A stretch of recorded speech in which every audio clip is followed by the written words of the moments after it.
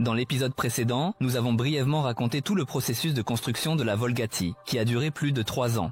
Nous avons également calculé les dépenses et sommes arrivés à un montant de plus de 12 millions de roubles, soit 120 000 $.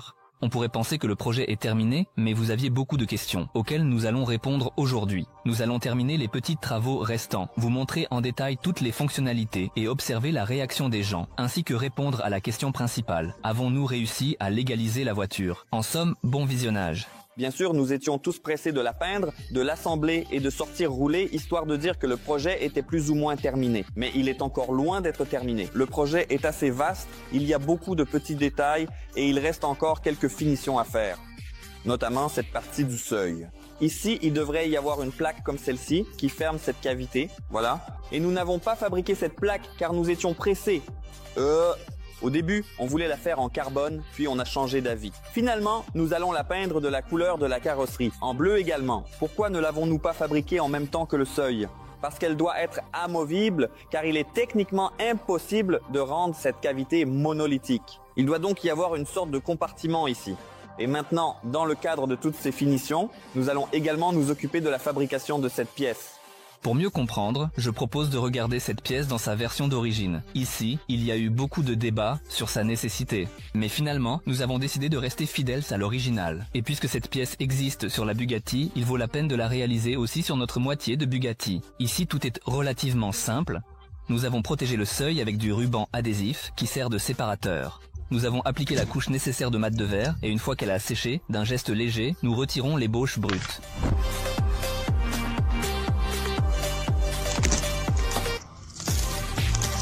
L'étape suivante consiste à transformer cette ébauche brute en une pièce finie. C'est à cela que nous nous sommes attelés.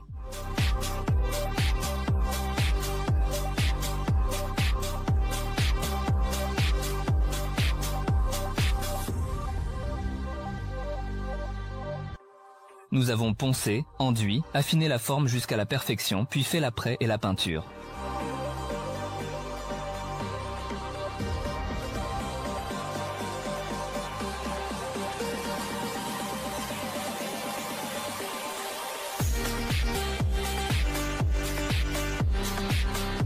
Voilà à quoi ressemblent nos petites pièces après la peinture, concernant l'installation. Pour l'instant, nous n'allons rien inventer.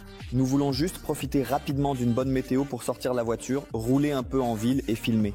C'est pourquoi pour l'instant, nous collons rapidement cet habillage ici avec du double face. En dessous, j'ai simplement fabriqué des goupilles avec du fil de cuivre pour éviter que la pièce ne bouge dans le bas.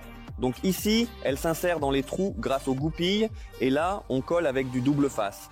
Voilà, la pièce est en place. Oui, en réalité, nous n'avons pas encore décidé définitivement si cet élément sera installé de façon permanente, ni s'il gardera cette forme, et très bientôt nous devrons prendre un moule de tous les éléments de la carrosserie, y compris le seuil. Et prendre un moule d'une forme aussi complexe, c'est-à-dire avec l'habillage installé, est pratiquement impossible. C'est pourquoi, pour le moment, la solution évidente est une fixation solide, mais néanmoins temporaire, de l'habillage.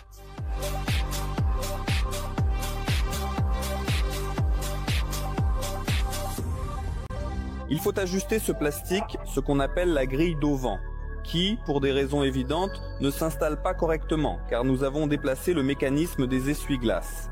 Nous avons également déplacé la charnière du capot. Au final, rien n'est à sa place. Ça semble être monté sur la voiture, mais pas là où il faut. Maintenant, on va devoir découper, coller et essayer d'ajuster tout ça pour l'installer. Et voici une autre modification qui avait également été remise à plus tard. Et ce plus tard, c'est maintenant. En réalité, dans ce type de projet, il y a des dizaines, parfois des centaines de finitions et modifications à faire. Souvent, on ferme les yeux et on laisse les choses ainsi. Mais nous n'avons pas encore abandonné. Et nous tenons à amener la voiture à un état proche de l'origine, comme à l'usine. Ce sont justement ces petits détails qui trahissent souvent les bricolages amateurs. À propos des essuie-glaces, comme vous vous en souvenez, nous avions déjà beaucoup modifié le mécanisme en le déplaçant là où nous en avions besoin. Tout semblait fonctionner, mais après avoir testé, nous avons compris que le mécanisme nécessitait aussi une première amélioration et une finition plus soignée. Nous avons fixé l'essuie-glace droit de cette façon, simplement avec un écrou, car à l'origine, cette partie était restée d'origine. Ici était fixé ce grand essuie-glace de BMW que nous avons jeté sans regret. Cette partie-ci est en aluminium et nous voulons en fait nous débarrasser de cette fixation par boulon et simplement souder l'essuie-glace en une seule pièce. L'embellir joliment ici, poncer, pour que tout cela ait un aspect plus harmonieux. Lorsque nous réglions ce mécanisme, le capot avait une forme un peu différente, c'est-à-dire qu'il y avait littéralement 1,5 cm de jeu en plus ici. Je n'aimais pas la ligne qui suivait cet arrondi de l'aile et du capot. Il y avait ici un petit creux et j'ai décidé de l'éliminer. Donc j'ai rajouté de la matière sur le capot ici et je pensais que cet espace serait suffisant pour l'essuie-glace. Cet espace est en principe suffisant, mais l'essuie-glace accroche un peu le capot et nous allons maintenant changer les bras d'essuie-glace pour d'autres. Et il est possible que je retouche un peu le capot.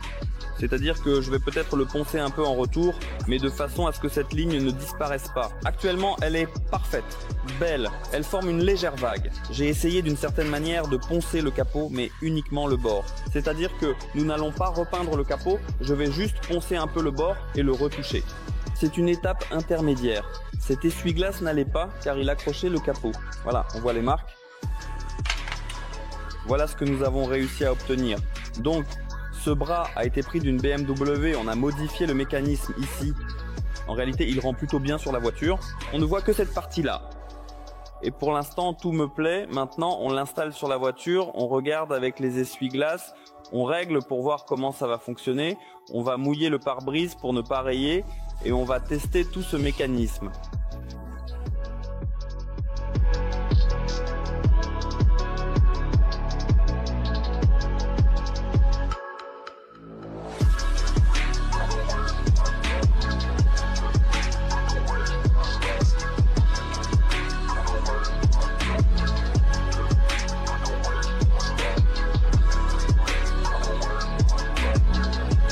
On va faire un essai maintenant. Donc, celui-ci n'a pas encore de ressort. Celui-là est déjà monté sur ressort. C'est tout. Voyons maintenant comment ça va fonctionner. Allez, essayons. Bon, celui-là me plaît, la façon dont il fonctionne. C'est-à-dire qu'il va jusqu'au bout ici.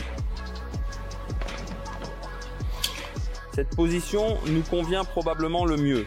On peut continuer à améliorer, c'est-à-dire installer ces ressorts pour que tout soit bien maintenu. Qu'avons-nous accompli en 2 jours de travail? J'ai beaucoup abaissé les essuie-glaces. Les écarts ici ne font que quelques millimètres, à peine une dizaine, c'est-à-dire pour que tout soit bien plaqué ici. Ici, il y a environ 1,5 cm jusqu'au pare-brise, mais en dessous, le plastique soutient encore, c'est-à-dire ce bras de levier. Et au-dessus, oui, on a aussi un espace ici. Le mécanisme des essuie-glaces a un petit jeu. Donc ce n'est pas tout à fait parfait, c'est-à-dire que je ne peux pas les régler idéalement. Ils peuvent donc se positionner un peu aléatoirement à cause de ce jeu. Mais dans l'ensemble, le résultat est satisfaisant. J'ai appuyé les essuie-glaces au maximum, vraiment autant que possible, pour qu'ils ne dépassent pas du capot, absolument pas. Alors, comment fonctionne-t-il ? Donc en général, tout va bien, tout est beau, ça me plaît. On va continuer encore une fois à peaufiner ce qui a déjà été amélioré. Il ne reste que quelques petits détails. On va ramener un peu d'argon pour souder, pour assembler ce bras avec l'oreille de cet essuie-glace. Je pensais avoir complètement perfectionné le mécanisme, l'avoir amené à la perfection, mais non. J'ai remarqué encore un détail. Cet essuie-glace ici était aligné avec la surface du capot alors que l'autre était plus haut. C'est-à-dire ici, voilà. J'ai eu l'idée de le placer, il était au-dessus du bras, ici. L'idée m'est venue de le mettre en laisse et puis j'ai commencé à aimer tout. Donc à partir de là, c'est bon, on va arrêter de torturer ce mécanisme. Le deuxième essuie-glace fonctionne aussi normalement maintenant, il est bien appliqué et nettoie correctement. Les essuie-glaces sont bas, alignés sur une même ligne, on n'a vraiment pas besoin de plus. Tout fonctionne parfaitement. Et voici le résultat final du réglage et de la modification qui a pris 2 jours en détail.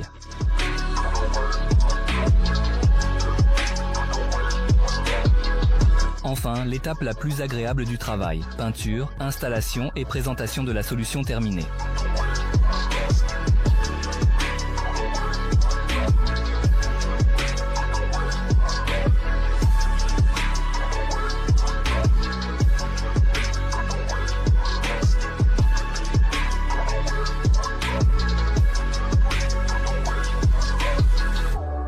Et voici encore une amélioration qui est restée hors champ.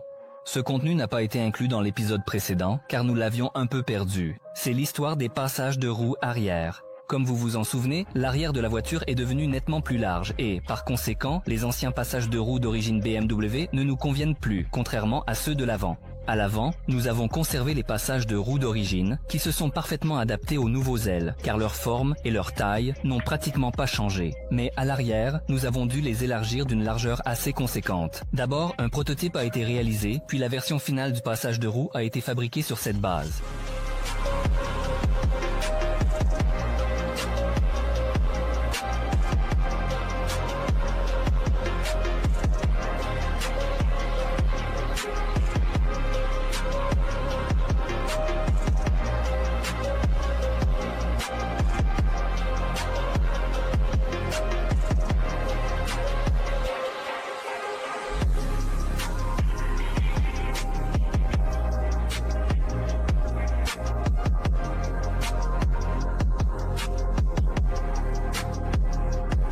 Comme vous l'avez compris, c'est un autre puzzle qui a été retravaillé et modifié de nombreuses fois jusqu'à ce que nous obtenions le résultat souhaité. Travail.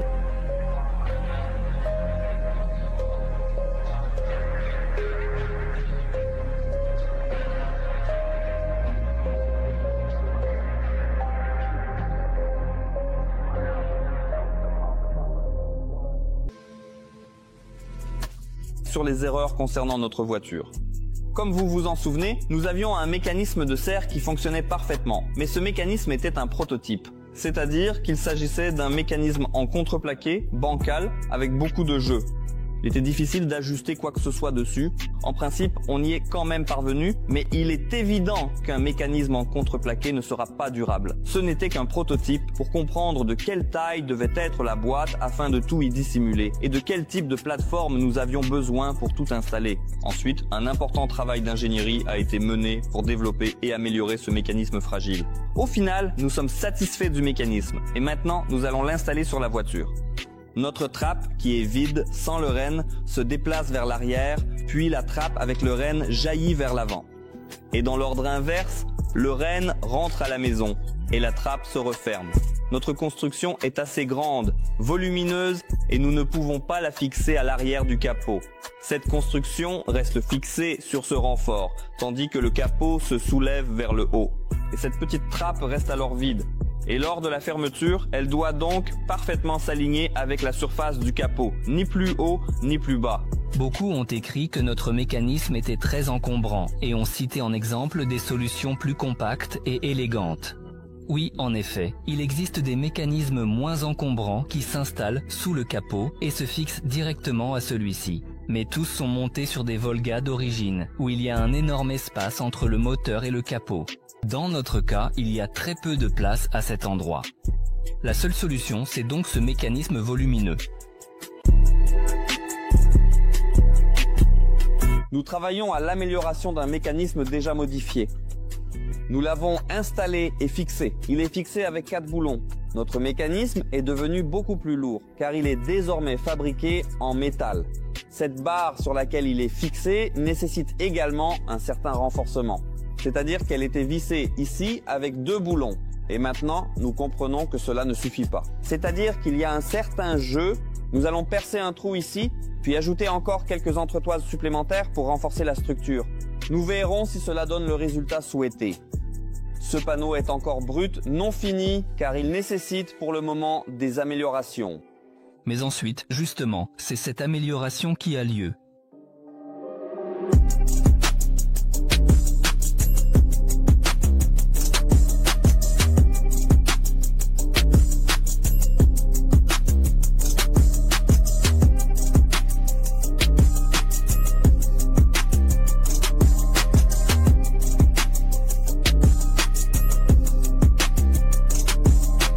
Nous avons installé quelques boulons supplémentaires, fabriqué ces entretoises métalliques et finalement, nous les avons mises en place. Et voilà une nouvelle coche verte et une amélioration apportée à une imperfection. Un peu plus tard, nous montrerons comment tout cela fonctionne ensemble. Oui, la plupart des mécanismes ici fonctionneront de manière coordonnée, y compris le renne. Le mécanisme lui-même nécessite encore des améliorations.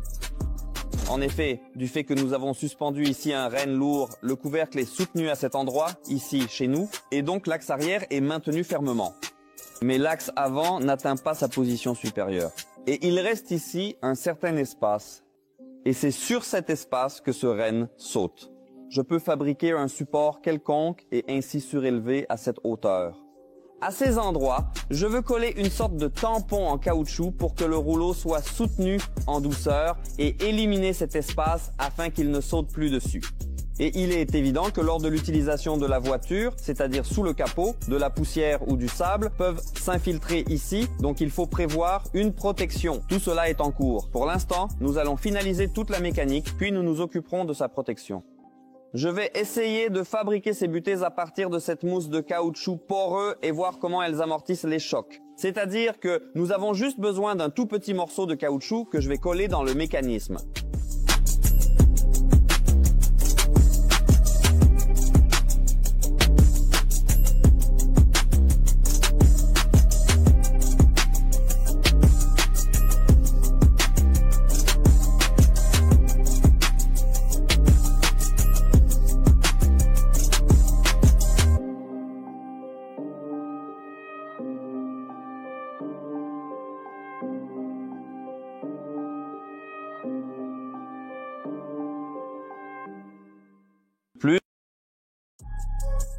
Il faut encore améliorer les vitres latérales des portes de la voiture. D'origine, elles sont équipées de ce système de pression supplémentaire. C'est-à-dire que lorsque l'on ferme la voiture, la vitre vient appuyer contre le joint en caoutchouc. Et quand on ouvre, c'est-à-dire qu'on appuie sur le bouton, elle descend instantanément d'environ 1 cm. Et nous étions certains de pouvoir programmer dans l'électronique de cette voiture pour que la vitre descende et remonte à la hauteur souhaitée. Où est le problème? La carrosserie est arrondie à cet endroit précis. Alors que nous avons laissé le cadre droit, cet angle-là, nous avons décidé de ne pas le modifier. Nous avons donc fixé la vitre en position abaissée et c'est précisément sur cette distance que le lève-vitre doit rapidement monter puis descendre la vitre, justement. Nous pensions que c'était possible, mais il s'est avéré que nous avons rencontré un problème. Nous n'avons pas trouvé de personne capable de programmer cela dans le système de la voiture. En fait, le problème, c'est que si on ouvre rapidement la porte et qu'on tire, notre vitre risque fort de se casser contre cet arrondi, cet angle. Finalement, nous avons décidé de simplement couper cette partie de la vitre et de modifier un peu l'ouverture ici.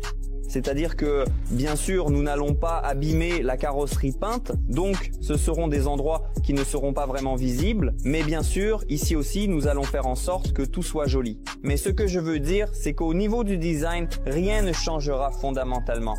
Quand la vitre sera baissée, nous allons la limer de manière très soigneuse et précise, petit à petit, progressivement, jusqu'à ce qu'elle passe sous ce cache de carrosserie. En réalité, l'histoire avec les vitres n'est toujours pas complètement terminée. Et maintenant, André travaille sur les prototypes qui ont été fabriqués en triplex, c'est-à-dire à partir de 2 fines vitres collées entre elles par un film. Cette technologie est utilisée pour les pare-brises. En revanche, les vitres latérales sont fabriquées en verre trempé. Mais le verre trempé ne peut pas être travaillé du tout. Il se brise immédiatement en centaines de petits éclats. C'est précisément pour cette raison que nous avons choisi le triplex comme prototype, car il peut être parfaitement ajusté et, à partir de sa forme, fabriquer ensuite la vitre trempée finale. Voilà le morceau de verre, précisément celui que nous avons dû soigneusement découper. Et à quoi ai-je repensé? Je me suis souvenu que si R n'était pas une bonne idée, il aurait fallu le poncer. C'est-à-dire qu'on ponce le verre avec une meuleuse, il y a certes des éclats, mais il ne se fissure pas autant qu'en le sciant. Mais c'est ce qui s'est passé. Notre verre est fissuré, ce n'est pas grave. On en commandera un autre. Et maintenant, notre porte se ferme déjà, et nous allons refaire l'ajustement du joint en caoutchouc. Étant donné que nos portes sont sans cadre, le verre doit être bien appliqué contre le joint en caoutchouc. Nous avons légèrement modifié la forme du verre et en conséquence, il est nécessaire de modifier l'ouverture de la porte à l'aide de cette plaque métallique.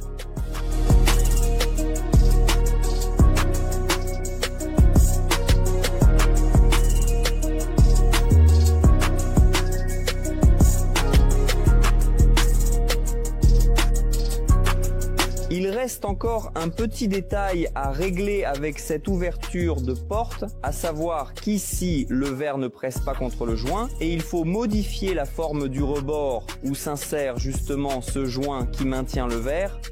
Nous avons découpé une plaque en métal d'1,5 mm d'épaisseur selon la forme dont nous avions besoin et nous allons la fixer ici avec des rivets. Ce sera une réparation peu coûteuse en effort, mais cela nous suffira amplement.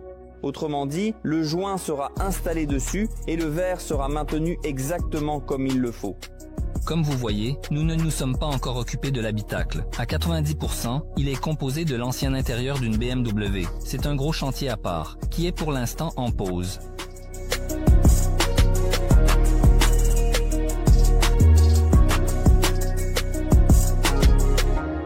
Nous avons retaillé la vitre, modifié l'ouverture, ainsi que le joint. Nous l'avons raccourci et recollé. Le lève-vitre fonctionne, tout est absolument parfait, à merveille. Ensuite, nous avons l'aileron arrière. Comme vous pouvez le voir, nous l'avons démonté pour une bonne raison, car lors de cette petite phase d'utilisation que nous avons effectuée, certains défauts sont apparus et il faut maintenant y remédier. Je propose de revenir un peu en arrière et de rappeler de quoi il s'agit. À l'époque, nous avons fabriqué cet aileron en fibre de verre et nous l'avons fait fonctionner à l'aide de ces actionneurs électriques. Et il fonctionnait vraiment pas mal. Bien sûr, un système pneumatique aurait été bien meilleur et plus rapide. Mais à ce moment-là, nous avons abandonné cette idée car c'était compliqué et coûteux. Mais aujourd'hui, certaines choses ont changé et nous devons tout refaire. En fait, après avoir installé les actionneurs électriques, nous avons équipé la voiture d'une suspension pneumatique. Et par conséquent, nous disposons maintenant d'un compresseur performant, d'un réservoir et de la possibilité d'installer assez facilement et à moindre coût des vérins pneumatiques qui pourront ouvrir l'aileron, ce à quoi s'occupe justement Sanya.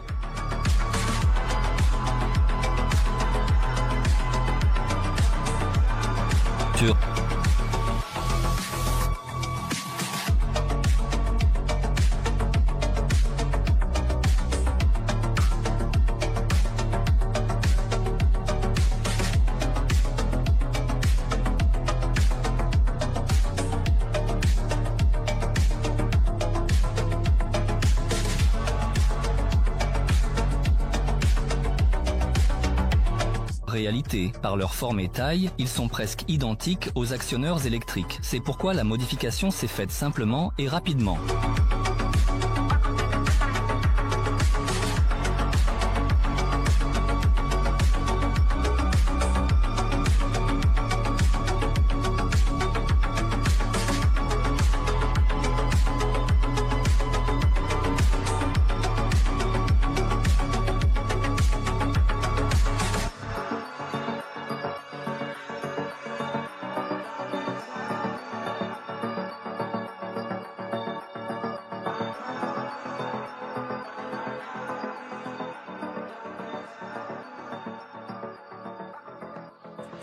Une autre amélioration qui avait été remise à plus tard, c'est l'échappement. Je propose de se rappeler un peu toute l'histoire.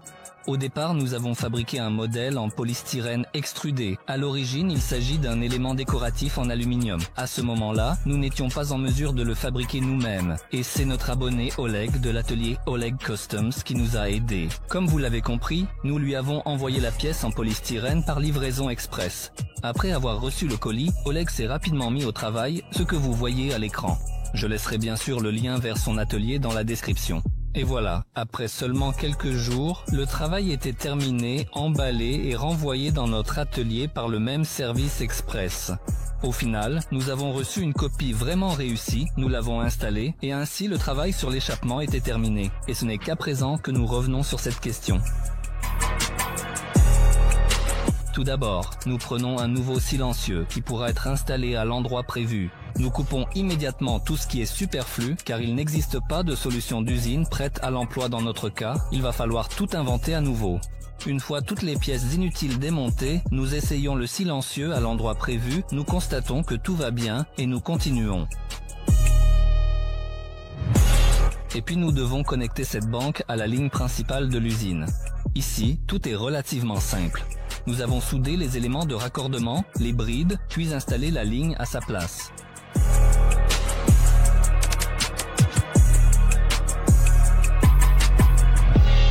Ensuite, nous faisons un dernier essai du silencieux à son emplacement et l'ajustons à la ligne. Il ne reste plus qu'à finaliser tous les éléments de raccordement et la bride correspondante, ce que vous voyez à l'écran.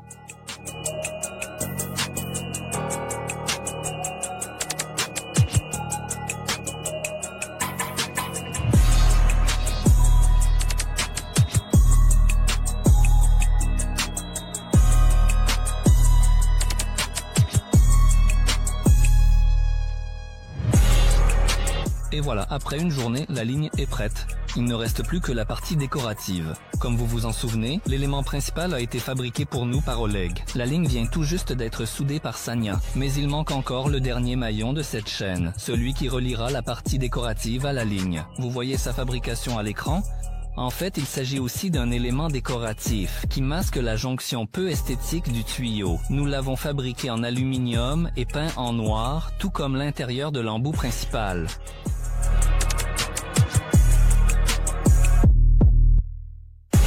Et après quelques jours, nous pouvons apprécier le résultat.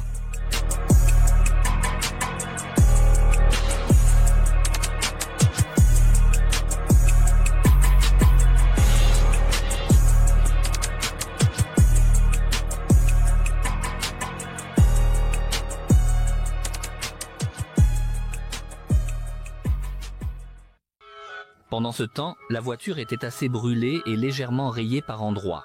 Et pour être honnête, nous ne l'avons même pas vraiment polie après la peinture. Ce qui veut dire que nous avons une excellente raison d'aller voir nos amis chez Avtobogi. D'ailleurs ici, il se passe beaucoup de choses intéressantes et il y a souvent des voitures incroyables qui apparaissent.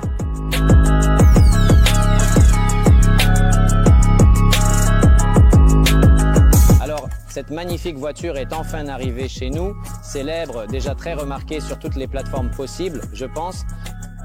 Auparavant, elle a été peinte chez nous. Maintenant, nous avons tout mené jusqu'à la dernière étape. La voiture a été polie, préparée et elle est désormais prête à sortir et à ravir les merveilleux habitants de notre belle ville.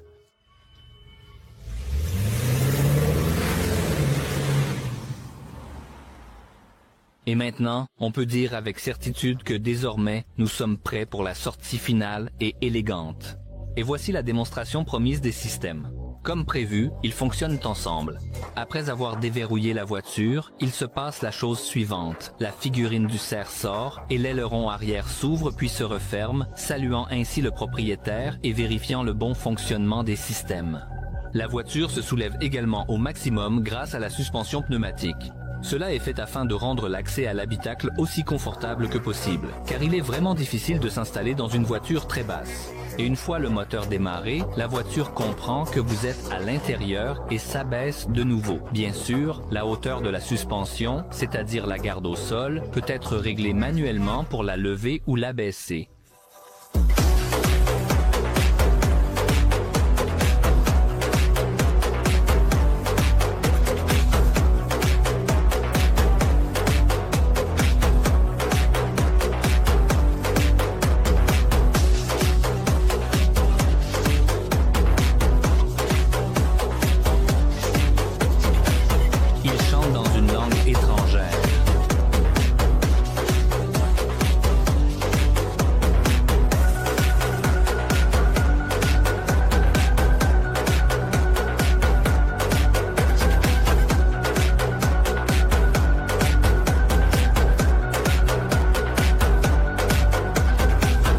Nous nous rendons à l'événement pour montrer la voiture à des passants au hasard et observer leur réaction, je vais vous expliquer comment se passe la légalisation.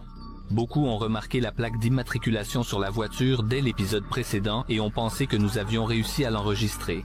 En réalité, il s'agit des plaques de la BMW, c'est-à-dire du donneur sur la base duquel nous avons construit la Volgati.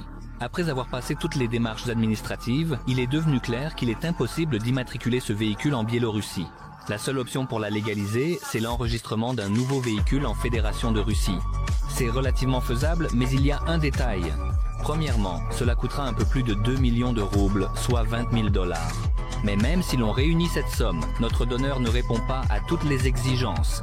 Plus précisément, le moteur doit être conforme à la norme Euro 4 ou supérieure. Or, nous n'avons qu'un Euro 3. Les BMW de cette carrosserie étaient produites avec des moteurs Euro 4. C'est un problème qui peut être résolu. Actuellement, tout repose sur l'argent. Et c'est aussi une question qui peut se régler. L'histoire n'est pas encore terminée.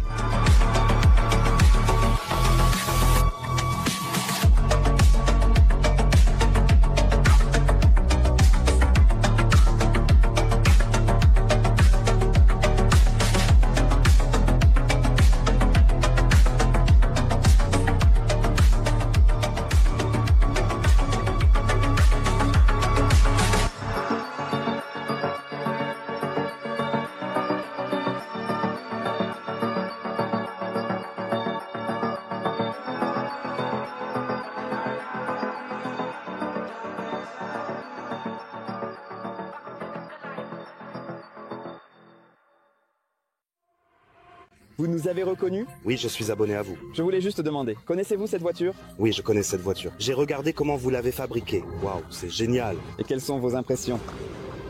En vrai, elle rend mieux qu'en vidéo. Je n'ai tout simplement pas de mots. Que des émotions et uniquement positives. Qu'est-ce que vous auriez changé? Je ne sais pas. Peut-être que j'aurais mis d'autres rétroviseurs. Bon, si déjà c'est une voiture aussi moderne, qui ressemble à une voiture moderne, peut-être des caméras à la place des rétroviseurs. Ah, je vois. Et la couleur? On a bien choisi la couleur. Non, il ne faut pas changer la couleur. La couleur, à mon avis, est vraiment top, incroyable. Dire impossible d'ignorer. Vous n'êtes pas déçu? Non, c'est vraiment quelque chose d'incroyable. De quoi peut-on parler? Même les pneus ne sont pas chinois ou bon marché. C'est pour ça que tout commence par de tels petits détails. Oui, c'est vrai. Donc tout est génial. On ressent de la fierté que vous vous soyez lancé dans un projet aussi ambitieux. Je n'imagine même pas combien d'efforts, de temps, sans parler de l'argent, ont été investis dans tout cela. Les âmes, c'est super. J'ai envie de vous serrer la main. Merci beaucoup. Vous faites revivre cette culture. J'espère que vous donnerez à la jeunesse un certain élan, un nouveau départ pour faire quelque chose de nouveau et de génial. Merci, c'est agréable. Tout d'abord, je voudrais dire que quand on voit ça sur Internet ou ailleurs, c'est une chose. Mais en vrai, c'est complètement différent. Et clairement, l'argent, les moyens, les efforts investis n'ont vraiment pas été dépensés en vain. C'est-à-dire, regardez, il y a vraiment de quoi voir. Merci. Bon, d'entendre ces retours. Pour être honnête, je pensais qu'elle serait un peu plus grande. Je n'ai pas encore eu le temps, de m'habituer à ces dimensions, de faire le tour, mais je suis impressionné tant par l'idée que par la réalisation, par la façon dont cela a été fait. C'est vraiment super. En vrai, c'est vraiment génial. Surtout les gens, bien sûr, qui rendent vraiment bien. On regarde les vidéos sur YouTube. Abonné? Je suis abonné. Merci. C'est agréable. Vos impressions? Comment elle rend en vrai? En vrai, elle paraît beaucoup plus vive, plus colorée qu'à la caméra. Il faut vraiment la voir de ses propres yeux. C'est une chose de la regarder sur un téléphone, mais c'en est une autre de s'en approcher, de la toucher, d'examiner chaque petit élément, chaque boulon. Ça a l'air bien plus épique. À mon avis, elle a poussé à la perfection. Vous choisissez la couleur? Oui, elle est belle. Merci beaucoup. Savez-vous quelque chose sur cette voiture, ou c'est la première fois que vous la voyez? C'est la première fois qu'on la voit. On n'a même pas de mots. Merci. Et qu'aimeriez-vous changer pour l'adapter à vos besoins? Qu'elle soit un peu plus haute. Garde au sol. Pour que des adultes puissent s'asseoir confortablement dedans. Et pour aller à la dacha? Oui. Savez-vous sur la voiture? Non, je la vois pour la première fois. J'en entends parler pour la première fois. Combien de temps l'avez-vous conçue? Fabriquée? 3 ans. C'est rapide alors? Rapide. Et ça, le verre dans le cerclage? Oui, c'est de la fibre de verre. Qu'est-ce que vous changeriez dans la voiture? Rien. Je ne changerai rien. Peut-être l'intérieur pour quelque chose de plus moderne. Oui, l'intérieur. On pourrait déjà faire quelque chose dans ce genre. Intérieur. C'est superbe, vraiment superbe, génial. Un travail remarquable a été fait. Félicitations à vous. Merci.